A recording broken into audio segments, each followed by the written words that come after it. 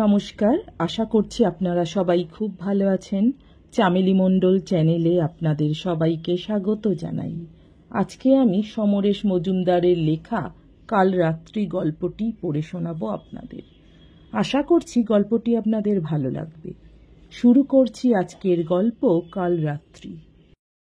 টিফিনের সময় ক্লাসে কেউই থাকে না। কাত্যায়নী টিফিনের বাক্স বের করে সুবর্ণাকে ডাকল। আয় ভাই, টিফিনটা সেরে নি।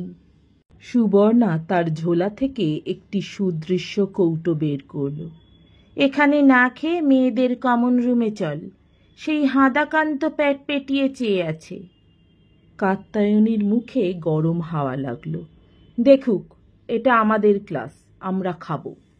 দুই সুন্দরী যখন মনোযোগ দিয়ে আহার করতে শুরু করতে যাচ্ছে, তখন কিঞ্চিত দূরে বসা শ্যামাকান্ত আর পারল না। তার বুক কেঁপে উঠল এবং দুই নাসারন্ধ্র কাঁপিয়ে বাতাস বেরিয়ে এলো। ক্লাসরুমে একটা চমৎকার গন্ধ পাক খাচ্ছে। সেই গন্ধ যেন শ্যামাকান্তের সমস্ত ইন্দ্রিয়কে আঘাত শুরু করল। শ্যামাকান্ত উঠল। তার শরীর বলবান, কিন্তু সেই সঙ্গে মেয়েদের আধিক্য থাকায় বেশি ভারী দেখায়। প্রথমে সে প্যান্ট শার্ট পরত, ইদানিং এক বন্ধুর পরামর্শে ধুতি পরে। মধু যেমন মৌমাছিকে টানে, শ্যামাকান্ত সেই মতো হাজির হল সুন্দরীদের সামনে। আর তখনই কাত্যায়নী বলে উঠল, এই রে, সেরেছে। সুবর্ণা মুখ তুলে তাকাতেই শ্যামাকান্ত বলল, বড় মিষ্টি গন্ধ, আমাদের বাড়িতে তো আর এসব হয় না, গন্ধে গন্ধে চলে এলাম। কাত্যায়নী মুখ ঝামটা দিল, কেন হয় না? কে করবে? আমাদের বাড়ি তো মরুভূমি। মরুভূমি মানে? বলছি, ওটা বুঝি ডিমের ডেভিল? আঙুল বাড়িয়ে সুবর্ণার কৌটো দেখালো শ্যামাকান্ত। সুবর্ণা হকচকিয়ে গেল। আপনি খাবেন? ডিম আমার প্রিয়, খুব প্রিয়। আমি প্রায়ই ডিমের স্বপ্ন দেখি।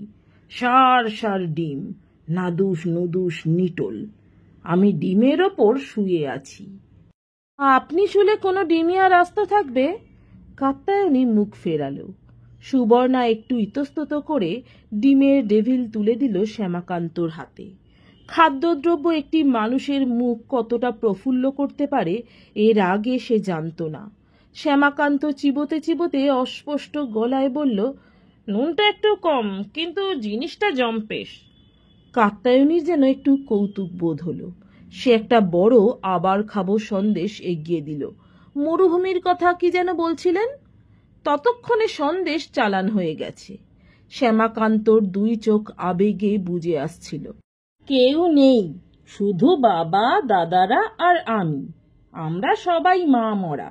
বোনও নেই। রান্না করে হরিদা, পোস্তর ঘ্যাঁট আর ভাত। থার্ড আইটেম জানে না। মাছ আসে না বাড়িতে, জানেন? সে কি, কেন? সুবর্ণার ঠোঁট থেকে শব্দ দুটো ছিটকে এলো। বাবা বলেন তিনি মরলে মা বিধবা হতেন। মা কি তখন মাছ খেতেন? খেতেন না। এখন মা নেই, তাই বাবা সেই অনারে মাছ খাবেন না। মেজদা ঠাট্টা করে বলে, বাবার নিশ্চয়ই অল ইন্ডিয়া বিধবা অ্যাসোসিয়েশনের চেয়ারম্যান হবার ইচ্ছে। কাত্যায়নী ফোঁস করল। ইস! আর কি বলবো, বাড়িতে রোজ ভোরে চিরতার জল, দুটি বিস্কুট এবং হরলিক্স, নো চাপ।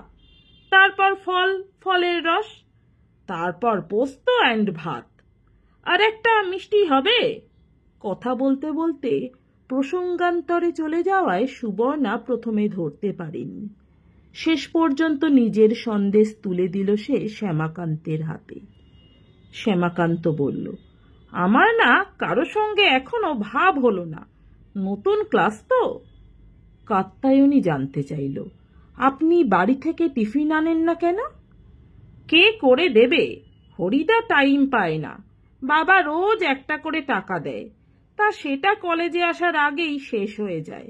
1 টাকার কোনো দাম আছে বলুন? দুই সুন্দরী স্বীকার করতে বাধ্য হলো, না, নেই। পরদিন কলেজে বের হবার আগে সুবর্ণা তার মাকে বলল, মা, আজ টিফিন একটু বেশি করে দিও। কেন রে? আর বলো না, আমাদের ক্লাসে এক হাঁদাকান্ত আছে। খাবার সময় এমন জুলজুল করে চেয়ে থাকে না যে খাওয়া যায় না। সে কি, চেয়ে থাকে কেন? কাল আমার সব খাবার খেয়ে নিয়েছে। মা বেঁচে নেই, বোধহয় পেটুক। সুবর্ণার ছোট বোন শুনছিল, বলে উঠল, ওর সামনে খাস কেন? অন্য জায়গায় গিয়ে খেতে পারিস না?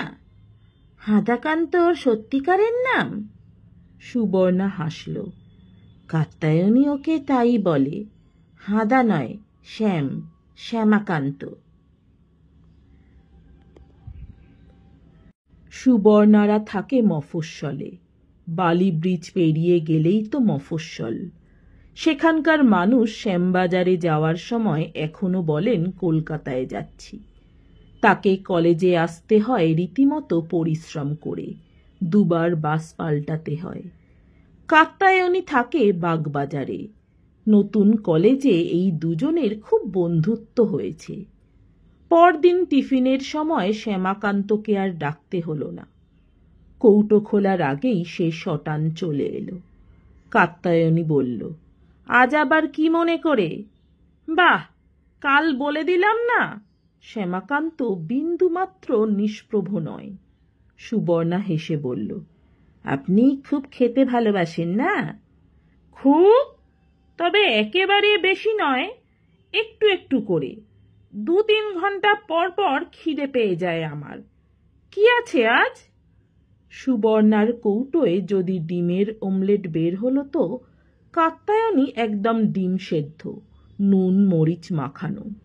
সুবর্ণা লক্ষ্য করল ডিম দেখা মাত্র শ্যামাকান্তর চোখ চকচক করে উঠল। এতটা অপার্থিব খুশি ফুটে উঠল তার মেদ জমা মুখে, যেন পৃথিবীর জাগতিক সুখ দুঃখের বাইরে চলে গেছে সেই মুহূর্তে। ঘাড় কাত করে বলল, দুজনেই ডিম? এত খাওয়া যায়? দিন, একটু একটু করে খাই। 2 সপ্তদশী দেখল একটি মানুষের তৃপ্তি কিসে হয়। শ্যামাকান্তর চোখ বন্ধ, 2 চোয়াল নড়ছে। কাত্যায়নী জিজ্ঞাসা করল, বাগবাজারের রসগোল্লা খেয়েছেন? শ্যামাকান্ত সেই অবস্থায় ঘাড় নাড়ল। তারপর নিঃশ্বাস ফেলে বলল, গিরিশ ঘোষের বাড়ির ঠিক উল্টো দিকের গলিতে একটা দোকান আছে, সেখানে যা রসগোল্লা করে না, অনেকদিন খাইনি। ওটা আমাদের পাড়া। কাত্যায়নী সগর্বে জানালো। তাই? একদিন আনবেন তো। ইস, রসগোল্লা বয়ে আনবো? খেতে হলে যেতে হবে। যাব। কবে যাব? আমার কাছে কিন্তু পয়সা নেই। কাত্যায়নী খিলখিল করে হেসে উঠল। সুবর্ণার মনে হলো ছেলেটি সত্যিই সরল, কিন্তু খাওয়া ছাড়া 17-18 বছরের ছেলের অন্য কোনো আকাঙ্ক্ষা থাকবে না, এ কেমন কথা? সেই সঙ্গে কাত্যায়নীর ঝর্ণা হাসি তাকে কিঞ্চিত গম্ভীর করল। পয়সা নেই শুনে এত হাসির কি আছে? বাগবাজারের পথটুকু শেষ হতে সময় লাগলো না। কলেজ শেষ হলে সুবর্ণা বেশি দেরি করে না বাড়ি ফিরতে।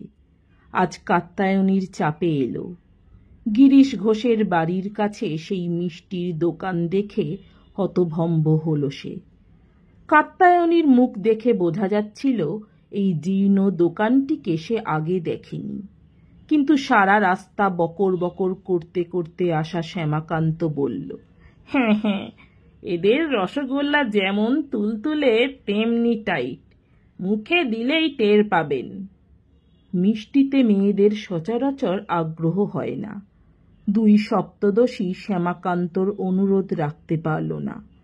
1 ডজন রসগোল্লা খেয়ে শ্যামাকান্ত বলল, আজ এই অবধি থাক, বেশি খেলে স্বাদটা ঠিক পাওয়া যায় না। কাত্যায়নীর বাড়ি বেশি দূর নয়। সুবর্ণাকে শ্যামবাজার থেকে বাস ধরিয়ে দিতে শ্যামাকান্ত হাঁটছিল। হাঁটতে হাঁটতে জিজ্ঞাসা করল, নকুরের সন্দেশ খেয়েছেন? ঘাড় নাড়ল সুবর্ণা। না। ফার্স্ট ক্লাস, কিন্তু বড্ড দাম। কত করে? 2 টাকা 2.5 টাকার নিচে কড়া পাক মুখে দেওয়া যায় না। আপনি বুঝি খুব মিষ্টি খেতে ভালোবাসেন? আপনি বুঝি খুব মিষ্টি খেতে ভালোবাসেন? কেন? এ কথা মনে হলো কেন? বয়সের তুলনায় আপনি বেশি মোটা, আর সবসময় মিষ্টি মিষ্টি করছেন। তা যদি বলেন, আমি ঝালটাও বেশ ভালোবাসি। ওই যেমন শ্যামবাজারের মোড়ের একটা কষা মাংসের দোকান আছে, দারুণ। গে স্ট্রিট আর সেন্ট্রাল এভিনিউয়ের মোড়ে একটা দোকানে চিংড়ি মাছের ফ্রাই করে, খেলে মুখ জুড়িয়ে যায়। তারপর ধরুন বউবাজারে। সুবর্ণা তাকে থামিয়ে দিল। থাক, এটুকু বুঝেছি, কলকাতায় যেখানে যেখানে ভালো খাবার পাওয়া যায় তার সব হদিশ আপনি জানেন। আমি তো থাকি বালিতে, সেখানে কি ভালো পাওয়া যায় বলুন তো? শ্যামাকান্ত ঘাড় চুলকালো। বালির খবর তার জানা নেই। সে বলল, ঠিক আছে, 2 দিন সময় দিন, তবে ভালো জিনিস না হলে বলবো না। শ্যামাকান্তের পরিবারের সর্বময় কর্তা তার পিতা কৃষ্ণকান্ত। পাকানো চেহারার এই মানুষটির জীবিকা ওকালতি। 4টি সন্তান হবার পর স্ত্রী গত হলে আর বিয়ে করেননি। কিছু নিয়ম আছে, স্ত্রী জাতি সম্পর্কে অনাগ্রহ তার একটি। বড় 3 ছেলে জীবনে প্রতিষ্ঠিত কিংবা হতে চলেছে, তাদের বিয়ে দেবার কথা এখনো ভাবেননি কৃষ্ণকান্ত। ছেলেরাও বাবাকে ভক্তি এবং ভয় করে। কৃষ্ণকান্তর একমাত্র দুশ্চিন্তা কনিষ্ঠ শ্যামাকান্তকে নিয়ে। পড়াশোনায় মতি নেই। ইংরেজি কিংবা ইকোনমিক্সের বদলে বাংলায় অনার্স নিয়ে ভর্তি হয়েছে। ভবিষ্যৎ ঝরঝরে। কলেজের ক্লাস শেষ হলেই বাড়ি ফিরে আসার কথা, কিন্তু সে প্রায়ই দেরি করছে, এবং চাকর হরি তাকে জানিয়েছে শ্যামাকান্ত বৈকালিক জলযোগ বাড়িতে করতে চায় না। পিসি রায় বলেছিলেন মুড়ি অতি প্রয়োজনীয় খাদ্যবস্তু। শ্যামাকান্ত কিছুদিন হল সেই মুড়ি স্পর্শ করছে না। অথচ পেটুক এই ছেলেটি উপবাসে থাকার পাত্র নয়, এ বিষয়ে নিশ্চিন্ত কৃষ্ণকান্ত। তার কেবলই মনে হয় শ্যামাকান্ত মায়ের ধাত নিয়ে জন্মেছে। যখন বেঁচে ছিল তখন নিয়ত কৃষ্ণকান্তর সঙ্গে ঝগড়া করত। মরে গিয়ে সে তাকে টাইট দিয়ে গেল, কিন্তু কে কাকে টাইট দেয়? মা মরা ছেলেটির ওপর সুবর্ণার মায়ের বেশ স্নেহ পড়েছে। মেয়েকে তিনি ধমকেছেন, একটু না হয় খেতে ভালোবাসে, তাই নিয়ে অত ঠাট্টা কিসের? নিজের হাতে শ্যামাকান্তকে লুচি বেগুন ভাজা খাইয়ে বলেছিলেন, সময় পেলেই এসো বাবা। খুব খুশি হয়েছিল শ্যামাকান্ত। সুবর্ণাকে বলেছিল, তোমার মা অনেক বেশি ভালো, ঠিক মা মা ভাব। সুবর্ণা চোখ তুলেছিল ওপরে। হোমা, এই যে আপনাকে সারা কলকাতায় ঘুরে ঘুরে চপ কাটলেট ফ্রাই মিষ্টি খাওয়াচ্ছি, তার কোনো মূল্য নেই না? তা বলিনি। শ্যামাকান্ত ঢোক গিলল। আর কি বলতে বাকি রেখেছেন? কাত্যায়নী আজকাল আমার সঙ্গে ভালো করে কথা বলে না, জানেন? কেন কথা বলে না কেন? এই তো পরশু আমাকে ফোরে পুকুরের দই খাওয়ালো, বাস স্টপে দেখা হতেই বলল কি খাবেন, তা ওখানে তো দই ছাড়া কিছু পাওয়া যায় না। আপনি দই খেলেন? সুবর্ণা আঁতকে উঠল। কেন? আমাকে বললে আমি দই খাওয়াতে পারতাম না? সারা রাজ্য ঘুরে ঘুরে কত কি খাওয়াচ্ছি, আর সামান্য দই পেয়ে তাই খেতে যাওয়া হলো? ছি ছি ছি, যান, আর আপনাকে আমি কিছু খাওয়াবো না। কিন্তু কাতু তো আপনার বন্ধু। ইস, আবার কাতু বলা হচ্ছে আদর করে? না, খাওয়ানোর ব্যাপারে কোনো বন্ধু টন্ধু নেই। খাওয়ানো ইজ খাওয়ানো। ওকে কাতু বললেন, আমাকে কি বলে ডাকবেন? তীব্র গলায় জিজ্ঞাসা করল সে। কি বলে? সুবর্ণা? না, শুবু। ঠিক আছে। কি কথা হলো? এই খাওয়া দাওয়ার কথা, খিদিরপুরে। ওই যা, আপনাকে একটা কথা বলতে খুব ভুলে গিয়েছিলাম, বলবো? কি? দক্ষিণেশ্বর স্টেশন থেকে নেমেই একটা দোকান পাবেন, চমৎকার ছানার জিলিপি করে। এরকম ছানার জিলিপি জীবনে খাননি। সুবর্ণা ঘাড় কাত করে তাকে দেখল, তারপর বলল, চলুন, আপনাকে আজ ছানার জিলিপি খাওয়াবো। তারপর হেঁটে বালি ব্রিজ পেরিয়ে বাড়ি ফিরব। 1 ডজন ছানার জিলিপি কম নয়। সুবর্ণা দেখল শ্যামাকান্তর সেটা শেষ করতে বিলম্ব হল না। সে নিজে একটির বেশি খেতে পারেনি। এত মিষ্টি যে শরীর গুলিয়ে ওঠে। খাওয়া শেষ হলে ওরা হাঁটতে লাগল। হাঁটতে হাঁটতে সুবর্ণা বলল, আপনি এত খবর পান কি করে? কোথায় কি আছে? এইটাই তো আসল কথা, পেতে হয়। শ্যামাকান্ত হাসল। আচ্ছা, কাত্যায়নী আর আমি কে বেশি ভালো? আপনি। কেন? সুবর্ণার বুকে রক্ত চলকে উঠল। আপনি রোজ আমায় খাওয়ান। মাসিমা কি ভালো খাবার করেন। বালি ব্রিজের ওপর ওরা দাঁড়ালো পাশাপাশি। রেলিংয়ে হাত রেখে সুবর্ণা ঝুঁকে নদী দেখছিল। গঙ্গার বুক থেকে জলো গন্ধ উঠছে, বাতাসে হিম ভাব। নৌকো ভাসছে ইতস্তত। দূরে দক্ষিণেশ্বরের মন্দির দেখা যাচ্ছে, পবিত্র সময়। শ্যামাকান্ত নদী দেখছিল। দেখতে দেখতে খেয়াল হলো বাবা বলেছেন যে তাড়াতাড়ি বাড়ি ফিরতে, আজও দেরি হবে। কিন্তু ছানার জিলিপি বাবার চেয়ে বেশি মিষ্টি। সে কি করবে? সে শুনল সুবর্ণা ঝুঁকে দাঁড়িয়ে গুনগুন করছে রবীন্দ্রনাথের গান। সে নিজে অবশ্য একটা গান জানে, সেটা এই সময় গাওয়া ঠিক নয়। পেট ভর্তি খাওয়ার পর গান গাইলে তাড়াতাড়ি হজম হয়ে যায়। শ্যামাকান্ত বাঁ দিকে তাকাতেই সুবর্ণার কনুই এবং জামার ঠিক নিচের হাত দেখতে পেল, এবং তখনই তার চোখ স্থির হল। কনুইয়ের ওপরে কিছু একটা আটকে আছে।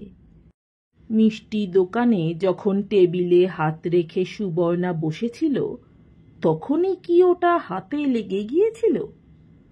সুবর্ণাকে বলতে সংকোচ হল শ্যামাকান্তের।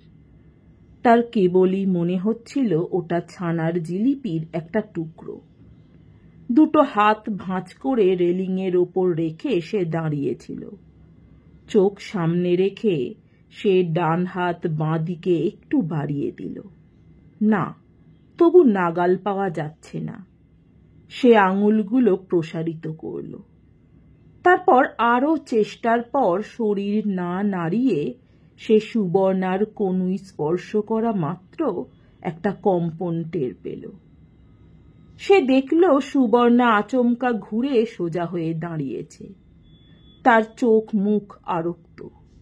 যথাসম্ভব দূরে সরে গিয়ে সে ফোঁস করে উঠল, আপনি আমার হাত ধরলেন যে? কি পেয়েছেন আপনি? আমি ফালতু? না না, শ্যামাকান্ত তোতলাতে লাগল। তাহলে বলুন, কেন আমার হাত ধরলেন? মানে ছানার, মানে আমি আপনার বন্ধু। বন্ধু? ওরকম বন্ধুত্ব আমি চাই না। আপনি আমাকে বিয়ে করবেন? শ্যামাকান্ত নিমেষে স্থির হয়ে গেল। তার চোখের সামনে অজস্র জিলিপি, রসগোল্লা, সন্দেশ, ফ্রাই এবং বেগুন ভাজা নুয়ে নুয়ে পড়তে লাগল। সে চকিতে সেই সব খাদ্যবস্তুর বাগানে সুবর্ণাকে বেনারসির ঘোমটা পরিয়ে হাঁটিয়ে নিয়ে এলো। এই সময় সুবর্ণা আর একবার তর্জন করতেই তার ধন্দ কাটল। সে অত্যন্ত নিরীহ হয়ে ঘাড় নেড়ে বলল, হ্যাঁ। যা। চকিতে আরক্ত হল সুবর্ণা। গঙ্গার ওপরে বড় বেশি ঝুঁকে পড়ে বলল, আপনি একটা যাচ্ছে তাই। অত মোটা ছেলেকে আমি। তার চেয়ে কাতুর কাছে যান। কাতু? বিড়বিড় করল শ্যামাকান্ত। সে কিছুই বুঝতে পারছিল না। খবরদার, কাল থেকে ওর সঙ্গে গম্ভীর হয়ে কথা বলবে। শ্যামাকান্ত যে ঘন ঘন বালি যাচ্ছে এ খবর কৃষ্ণকান্ত পেয়ে পেলেন পুত্রের মুখ থেকেই। সেদিন একটা বিশেষ দরকারে বেলুড় যাচ্ছিলেন তিনি। পথে ওদের দেখতে পেলেন। শ্যামাকান্ত এবং একটি সপ্তদশী বোকা বোকা ভঙ্গিতে হেঁটে যাচ্ছে। এই ভঙ্গিটা খুবই মারাত্মক। কৃষ্ণকান্ত: তুমি আজ বিকেলে কোথায় ছিলে? শ্যামাকান্ত: বিকেলে কোন সময় বলছেন? কৃষ্ণকান্ত: বালি ব্রিজে কি করছিলে?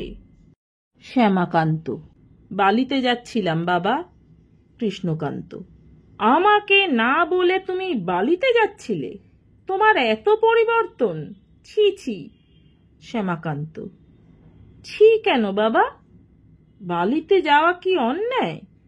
কৃষ্ণকান্ত: নিশ্চয়ই, সঙ্গে স্ত্রীলোক থাকলে বটেই। সেখানে কি দরকার? শ্যামাকান্ত: সুবর্ণাদের বাড়ি। সুবর্ণার মা আজ আমাকে দুধ পুলি খাইয়েছেন। পুলিটা যা জমেছিল না। কৃষ্ণকান্ত: সুবর্ণা? ওটিকে? শ্যামাকান্ত: আমার ক্লাসে পড়ে, খুব ভালো মেয়ে। তুমি লাউ চিংড়ি খেতে ভালোবাসো শুনে বলেছে শিখে নেবে। কৃষ্ণকান্ত: চুপ করো। দেখো শ্যামা, তুমি জন্মমাত্র মাতৃহারা। আমি তোমার পিতামাতা। কখনো এইসব স্ত্রীলোকের পাল্লায় পড়ো না। নারী নরকের দাড়ি।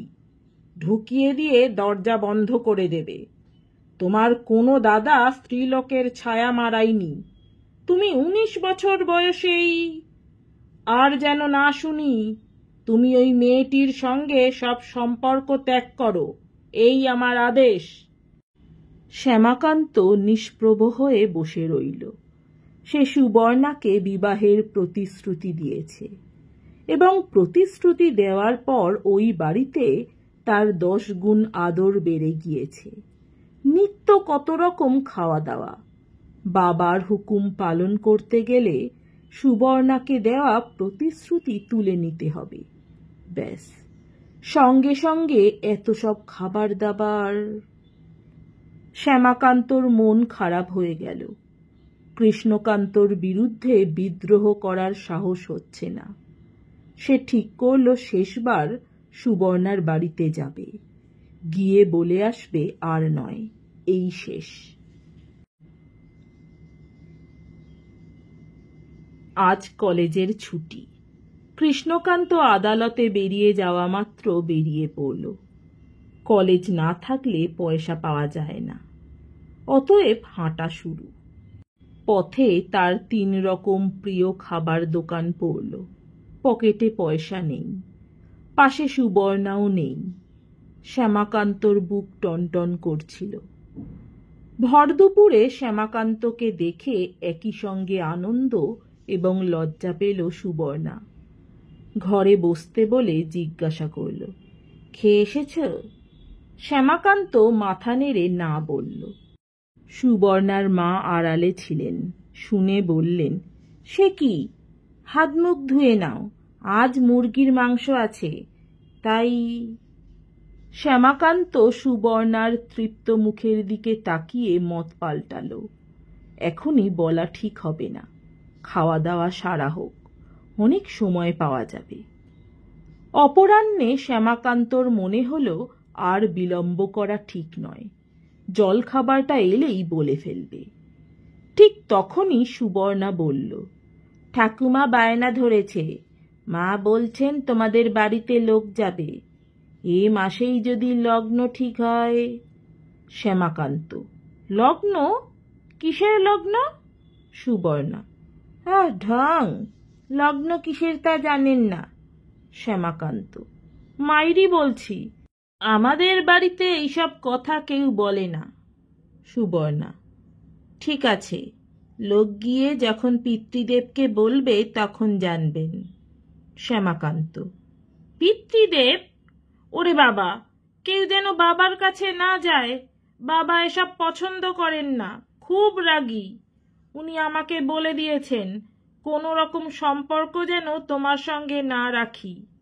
সুবর্ণা: বলে দিয়েছেন? শ্যামাকান্ত: হ্যাঁ, আজই এই বাড়িতে আমার শেষ খাওয়া। সুবর্ণা: তার মানে? শ্যামাকান্ত: আমি আর আসবো না সুবর্ণা। সুবর্ণা: বেশ, তাহলে আপনি এই মুহূর্তে বেরিয়ে যান এখান থেকে।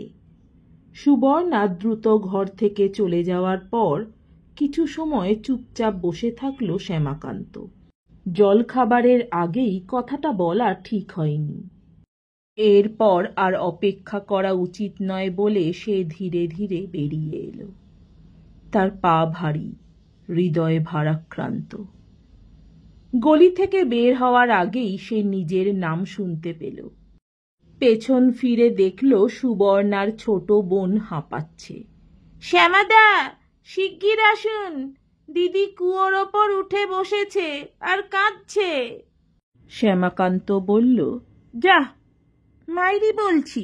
এই না, মাইরি বললাম, চলুন গিয়ে নিজের চোখে দেখবেন। মেয়েটি ছটফট করতে লাগল। শ্যামাকান্তর শরীর অবশ হয়ে গেল। সুবর্ণা কুয়োর ওপরে কেন? সম্বিত ফেরা মাত্র সে ছুটে গেল বাড়ির পেছনে। সেখানে একটি ডুমুর গাছের ছায়ার কুয়োর ওপর দুপা তুলে উদাসীন ভঙ্গিতে সুবর্ণা বসে আছে, যেন পৃথিবীর সঙ্গে কোনো সম্পর্ক নেই। শ্যামাকান্ত মৃদু গলায় ডাকল, এই, ওখানে কেন? সুবর্ণা মুখ ফিরিয়ে তাকে দেখে নিচের দিকে তাকালো। সেখানে কালো জল। শ্যামাকান্ত, নেমে এসো। আহ, কি হচ্ছে কি? সুবর্ণা, কেন নামবো কেন? শ্যামাকান্ত, জলে আমার খুব ভয়, সাঁতার জানি না। সুবর্ণা, বসে আছি তো আমি, যেখানে যাওয়া হচ্ছিল সেখানেই যাওয়া হোক, আসতে কে বলেছে? শ্যামাকান্ত, তাই বলে তুমি আত্মঘাতী হবে? সুবর্ণা, ভালোই তো, শ্রাদ্ধ খেতে পাবে। শ্যামাকান্ত আর এক পা এগোলো। শুভু, নেমে এসো। সুবর্ণা কোনো কথা বলল না। তাকে আরো উদাসীন দেখালো, কিন্তু চোখে জল দেখা দিল। মুহূর্তে কৃষ্ণকান্তর মুখ বিস্মৃত হল শ্যামাকান্ত। এই বিশ্ব চরাচরের সব দৃশ্য মুছে গিয়ে শুধু সুবর্ণার চোখের জল বড় হয়ে উঠল। গভীর আবেগে সে বলল, শুভু, তুমি নেমে এসো, আমি তোমাকে বিয়ে করব। সুবর্ণা বলল, ভ্যাট। শ্যামাকান্ত বলল, সত্যি বলছি, বিশ্বাস করো। সেদিন বিকেলে কৃষ্ণকান্ত খবরের কাগজ পড়ছিলেন। শ্যামাকান্ত তার পাশ দিয়ে বেরিয়ে আসতেই তিনি প্রশ্ন করলেন, চললে কোথায়? বালি। কম্পিত গলায় উত্তর দিল। আবার বালি? কাগজ রেখে সোজা হয়ে বসলেন কৃষ্ণকান্ত। তোমাকে সেখানে যেতে নিষেধ করিনি, নির্বোধ? হ্যাঁ, সেইটে বলতেই যাচ্ছি। একবার তো জানানো দরকার আমি যাব না। আপনি তো অভদ্র হতে বলেননি। বেশ, জানিয়ে এসো। আজ হরিকে দুধ পুলি করতে বলেছি। শ্যামবাজারের মোড়ে এসে মন খারাপ হয়ে গেল শ্যামাকান্তর। দুধ পুলি তার প্রিয়, এবং সেটা থেকে আজ বঞ্চিত হতে হচ্ছে। এই সময় সে বন্ধুদের প্রত্যাশা করছিল, কিন্তু নির্দিষ্ট সময়েও কাউকে সে দেখল না। সে প্রত্যেক বন্ধুকে বলেছিল ধুতি, পাঞ্জাবি এবং 10টা টাকা পকেটে নিয়ে আসতে। তারা বরযাত্রী যাবে। আজ শ্যামাকান্তর বিয়ে। সুবর্ণার এক মামা থাকেন আলিপুরে। তিনি সব শুনে এই বিয়েতে উঠে পড়ে লেগেছেন। তার মতে ছেলের বাড়ি যদি করা হয় তাতে কোনো অসুবিধে নেই। একবার বিয়েটা চুকিয়ে ফেললেই সবাই সুরসুর করে মেনে নেবে। সুবর্ণার বাড়ির কারো কারো কিন্তু কিন্তু ভাবছিল। মামা সেটাকে উড়িয়ে দিলেন এই বলে, 18 বছরের ছেলে মেয়ের মনের মিলটাই আসল কথা। শ্যামাকান্ত আজ বন্ধুদের তাই সেজেগুজে আসতে বলেছিল, কিন্তু কেউ এলো না। সে নিজে কৃষ্ণকান্তের কাছে কৈফিয়ত দিতে হবে বলে ভালো পোশাক পরেনি। পকেটে 1 টাকা 12 আনা পড়ে রয়েছে। এটা তার জমানো পয়সা। তাই নিয়ে সে বাসে চাপল। বালিতে নামতেই মহাকাণ্ড। একটা গাড়ি অপেক্ষা করছিল। মামা তাকে ছিনিয়ে নিয়ে সেটায় তুললেন। তোমার বরযাত্রীরা কোথায়? শ্যামাকান্ত বিরস গলায় জানালো, কেউ আসেনি। মামা বললেন, কই পারোয়া নেহি, আমি বরযাত্রী রেডি করে রেখেছি। শ্যামাকান্ত খুব নার্ভাস। কৃষ্ণকান্তর মুখ বারংবার সামনে ভাসছে। সেটাকে মুছিয়ে সুবর্ণাকে আনতে চেষ্টা করেও পারছিল না। গাড়ি গিয়ে দাঁড়ালো এক অচেনা বাড়ির সামনে। সেখানে 2 জন সুন্দরী মহিলা অপেক্ষা করছিলেন। তারা বললেন, বাবা শ্যামাকান্ত, যাও স্নান করে নাও, সেখানে পোশাক আছে। আমি কোথায়? হরিণের মতো প্রশ্ন করল শ্যামাকান্ত। এখান থেকেই বিয়ে করতে যাবে। চারধারে সুন্দরী রমণীদের ভিড়, সুগন্ধ এবং মুগ্ধ দৃষ্টিতে মোহিত হয়ে গেল শ্যামাকান্ত। জীবনে প্রথমবার সিল্কের পাঞ্জাবি, কোচানো ধুতি, সোনার বোতাম এবং আংটি পরে নিজেকে রাজকুমার বলে মনে হচ্ছিল।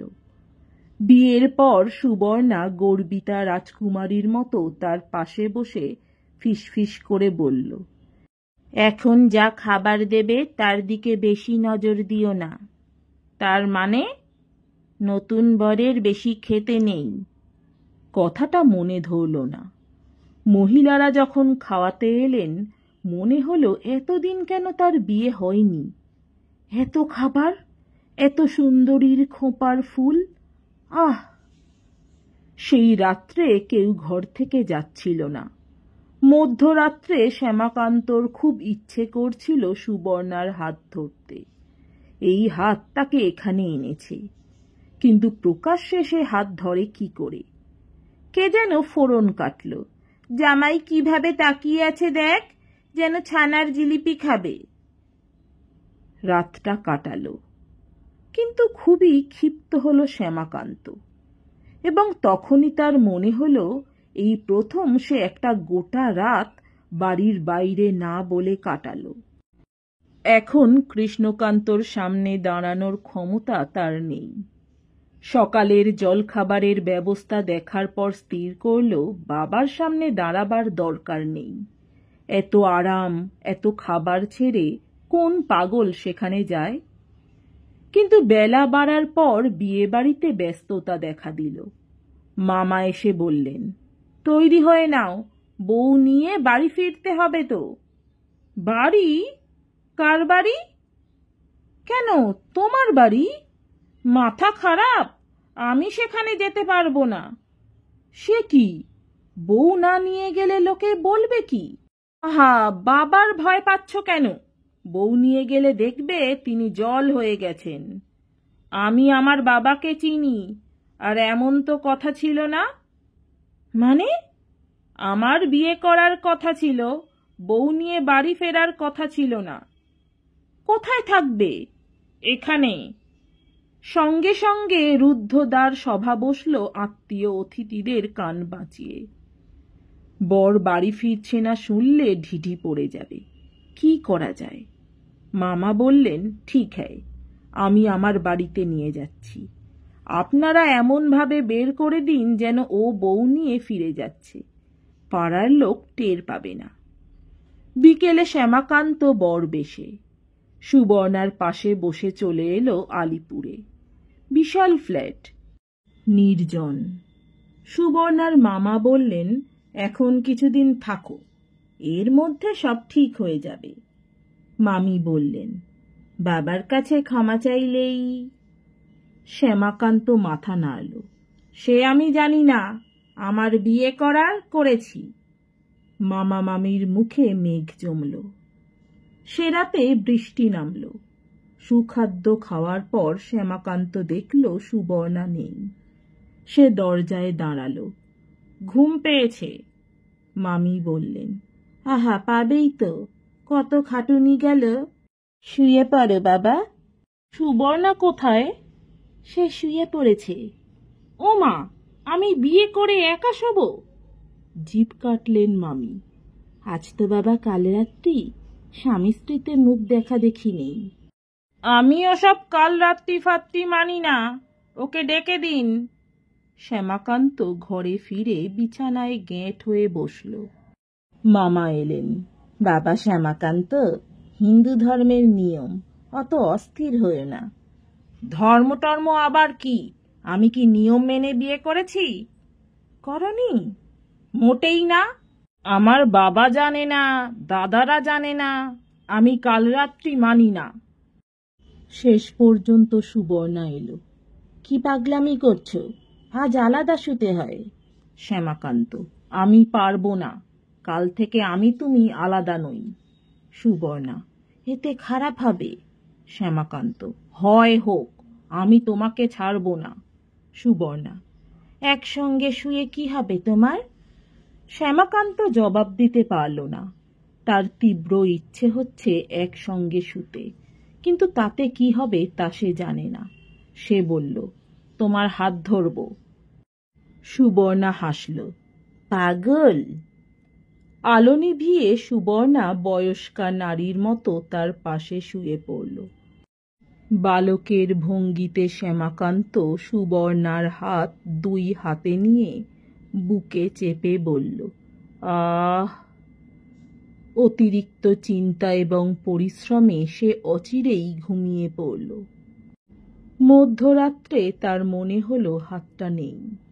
ঘর অন্ধকার এবং সে ক্রমশ বিছানার এক প্রান্তে চলে এসেছে। তার নিম্নভাগ ঝুলছে এবং বিছানার ওধার থেকে তীব্র নাসিকা গর্জন ভেসে আসছে। সে দুহাতে সুবর্ণাকে জড়িয়ে ধরে মুখের কাছে মুখ নিয়ে বলতে গেল, মেয়েদের নাক ডাকতে নেই। কিন্তু সেই মুহূর্তে সে একটি পুরুষ্ট গোঁফের খোঁচা পেল। সুবর্ণা নেই, দরজা খোলা। তার বিকল্প মামা ঘুমের ঘোরে মামিকে উদ্দেশ্য করে বললেন, আহ, বিরক্ত করো না। নমস্কার। আমার গল্প পাঠ ভালো লাগলে, এরকম আরও অনেক গল্প শুনতে চাইলে অবশ্যই আমার চ্যানেলটি সাবস্ক্রাইব করে দেবেন। লাইক, কমেন্ট, শেয়ার করতে ভুলবেন না। অনেক ধন্যবাদ।